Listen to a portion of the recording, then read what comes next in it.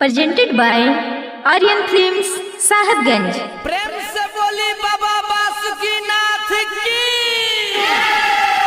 Hello hello hello check, हमारे जितने भी माता एवं बहन जल ढारने के लिए आए हैं कृपया लाइन में चले और धक्का धुकी नहीं करे। और हाँ, एक जरूरी सूचना, यहाँ पे लफुओं का टोली आ चुका है, आप लोग सावधानी से रहे और बाबा का नारा लगाते चले। डीजे सूरज तिवारी। बोल का नारा है, बाबा एक सहारा है, बोल का नारा है, बाबा एक सहारा है, बाबा नगरिया दूर है, जाना भी जरूर है, बाबा नगरिया दूर है, जाना भी जरूर है। घर हमारे हवे जिला मोतिहारी, धारे बजल हम सबसे अगाड़ी। डीजे सूरज तिवारी। क्या बोल रहे हैं? घर हमारे हवे जिला मोतिहारी, धारे बजल हम सबसे अगाड़ी। जदि करी रुकावट लफुआ सन के टोली। ए भाई, हम खाली मोतिहारी के ना पूरा जिला के लफुआ है।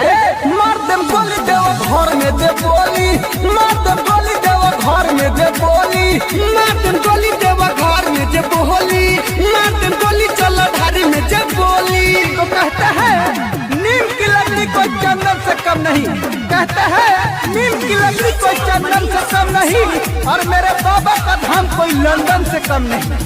प्रेम से बोलिए दुधेश्वर नाथ बाबा की। DJ Suraj Tiwari. Music director Shashi Singh, music director Shashi Singh. पेन्हनी हगे रुआ कपड़ा, केहू करी नहीं लफड़ा, सभे कमर लचका है, गला बाजी नहीं कचरा। नाचना है तो सही से नाचिए, तो बाहर निकलिए। पेन्हनी हगे रुआ कपड़ा, केहू करी नहीं लफड़ा, सभे कमर लचकाई, गला बाजी नहीं कचरा। लड़की पर केहू लाला है ना नहना, नहीं तो पीठी पर टूटे लगी पहना। हरी खा के आइल बानी घर ही से भांग के गोली। यहाँ लौंडिया बाजी नहीं चलेगा, क्योंकि बाबा का धाम है। मर्दम गोली देव घर में दे बोली, मर्दम गोली जल ढारे में दे बोली, मर्दम गोली देव घर में दे बोली, मर्दम गोली जल ढारे में दे बोली। डीजे सूरज तिवारी। हेलो, थोड़ा साउंड कम करो।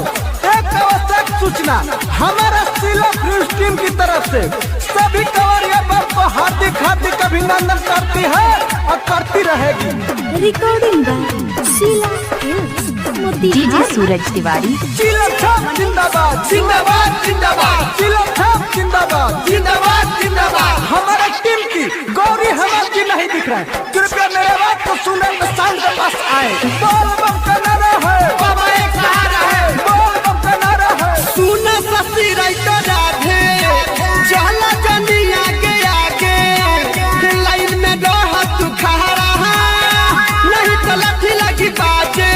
ऐसा किसी नहीं मानिएगा, लाइन में चलिए, लाइन में। हाँ, सुनो शशि राइटर राधे, चलो ना तू आगे आगे, लाइन में रह तू खड़ा है, नहीं तो डंडा लगी बाजे।